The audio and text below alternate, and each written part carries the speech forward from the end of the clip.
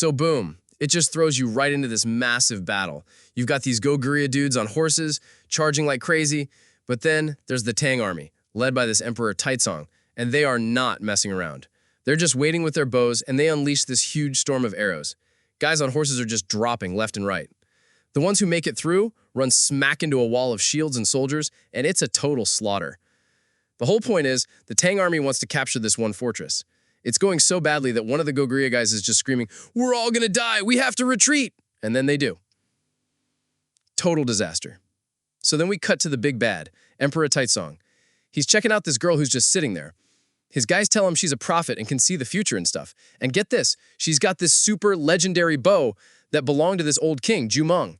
It's supposed to be a big deal, a symbol of victory. So Taizong, all cocky, tries to shoot an arrow with it, but he totally can't even draw the string. His soldier is like, yeah, no one can use that bow.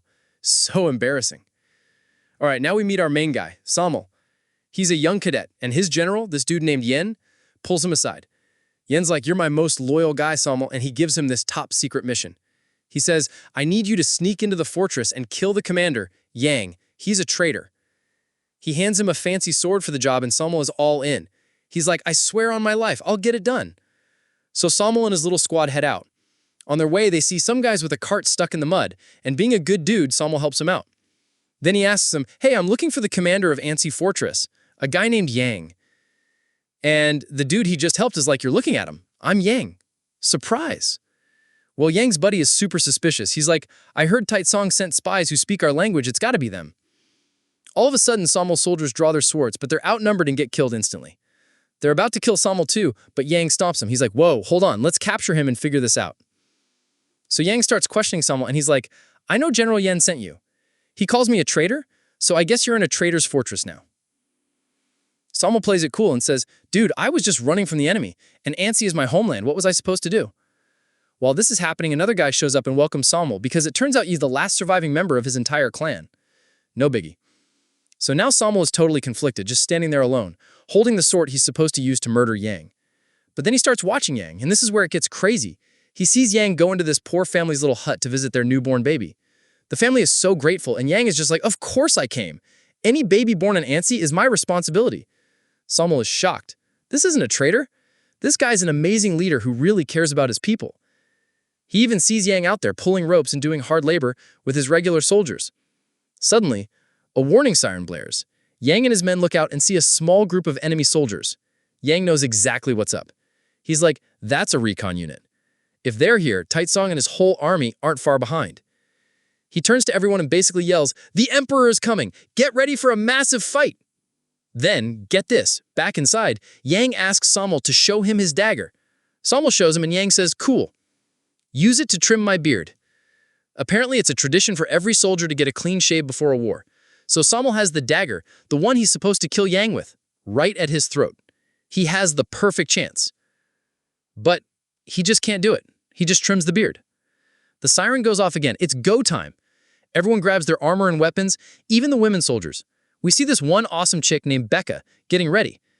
And then Commander Yang leads all his soldiers out to face the giant Tang army. Massive Tang army with all their red flags. And he turns to his soldiers and gives this epic speech. He's basically like, "You see that army? They think we're gonna run. But I don't know how to retreat. I never learned how to give up. We fight. When someone tries to take what you love, you fight for it. This is our chance to show them who we are. Look at the people of Ansi. We're gonna protect them." And all the soldiers just go wild, screaming, "Battle!" They are so pumped. On the other side, Taizong's army is super cocky. One of his generals points at Yang and is like, "There's our target. He's trying so hard, but it's useless." Another guy chimes in, "Yeah, the Emperor always gets the fortress he wants." So Taizong gives the order, and it's nasty. He's like, "Go take Ansi and enslave their children." Seriously messed up. Then bam, the war is on. They start launching these gigantic stones with catapults, and it's just causing massive destruction. And get this, one of the huge boulders is about to totally flatten Sammo, but Yang dives in and shoves him out of the way, saving his life. The guy he's supposed to kill just saved him? Taizong is just sitting back, watching the whole thing. He realizes the Ansi wall is way too strong to break down with rocks. So he's like, "All right, new plan, climb it. Forward command." His entire army just charges the wall with these huge ladders. There are so many of them. But Yang and his soldiers are fighting back like crazy. dropping heavy rocks on the ladders. Then Yang yells for a close order formation, which is this super cool spiky weapon that just wrecks the guys on the ladders. But while that's happening, other soldiers are ramming the main gate. They keep at it until finally, crash. The gate breaks open and they start flooding in. But wait, Yang totally planned for this. He had this secret spiky barricade that springs up and stops them in their tracks. It's a trap. Then it's just a crazy hand-to-hand brawl inside the gate. Yang yells for a close order formation, and Becca, the badass lady warrior, and her squad just start taking out everyone. And you won't believe it, but they actually push the Tang army all the way back out of the fortress. They win the first round. Tidesong has to order a retreat, and Yang soldiers are just screaming, "Victory!" But it's not over. That night, there's another attack. Fire is everywhere. It's total chaos. And right in the middle of it all, Commander Yang gets stabbed, and he goes down. Just as a Tang soldier is about to finish him off, Samu flies in from behind and kills the guy. He just saved Yang's life. Yang is on the ground just staring at him, completely stunned. The assassin kid just became his savior. Wild, right? When Yang comes to, the enemy has retreated again. But over in the Tang camp, Tidesong is having a full-on tantrum. He's screaming like, "I've conquered thousands of miles of land. Why can't I take this one tiny little fortress?" He's losing his mind. So he comes up with a new plan. He sends that prophet girl, the one with the legendary bow, over to Yang. She shows up and puts the bow in front of him. She's like, "Tidesong sent me. This is your last chance before his final attack. He's building a giant dirt mound. It's going to be higher than your walls." She tells him that once it's done, the army will just walk over the top and rain down arrows, and they'll all be slaughtered. There's no escape. But she says if Yang surrenders now, Tidesong will give him anything he wants. But Yang is just stone-faced. He's like, "I'm defending Ansi. No deal." Then we see Tidesong's army, and they're working like crazy, building this absolutely massive mountain of dirt right next to the fortress. Commander Yang, clock is and he's ticking. defending this fortress called Ansi. But the enemy dude, Taijong, has this insane plan. He's building a giant mountain of dirt right next to their castle so his army can just walk over the walls. And get this, Yang's own bosses think he's a total traitor, so they're not even helping him. They send this other guy, Samol, to basically spy on Yang. At first, Samol is like, yeah, this Yang guy is probably a traitor. Meanwhile, one of Yang's captains is super impatient, and he's like, let's just attack them at night while they're building that thing. Yang says, okay. But another soldier, a woman named Becca, warns them it's basically a suicide mission, and she was right. The captain goes, but it's a total trap. He gets completely messed up and dies. It turns out some lady with a special bow sent a fake message to lure him in. Then the enemy soldiers kill her, so that's a mess. So Becca is super upset about the captain, and she goes for revenge all by herself. And yeah, she gets killed too while fighting Taijong. Total disaster. They even sent her body back to the fortress. So Samol sees all this and has a total change of heart. He rides back to his boss, General Yen, and he totally spills the beans. He's like, listen, Yang isn't a traitor. He's a hero. His people love him, and he's fighting for all of us. That dirt mound is a huge problem, and you gotta help. But Yen is so mad, he pulls a sword on Samul and is basically like, I didn't send you there to become his new best friend. Back at the fortress, Yang has this crazy new plan.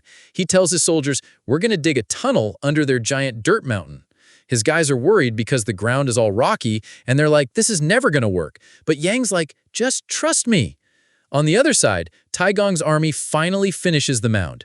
It's huge. They have this big party, and Taigong is like, tomorrow, we're taking down Ansi. But then there's this massive rainstorm.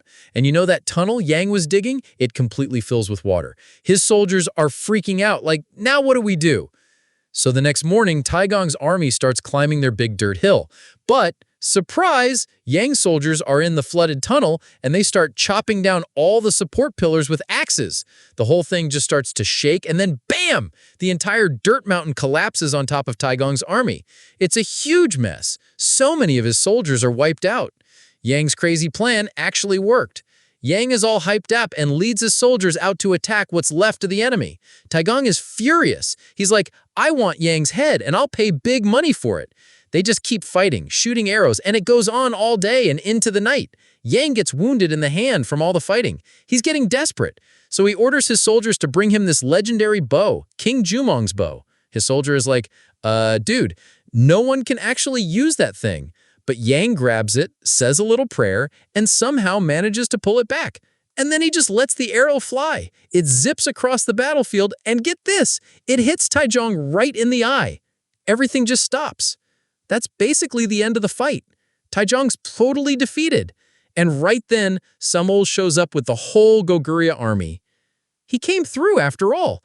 Taizong accepts he lost and tells his own guys, don't ever mess with Goguryeo again. It's a huge victory. So in the end, Yang and Samol are just standing there looking over the fortress they saved, and then Samol rides on his horse and rides off. The end. Pretty cool, right?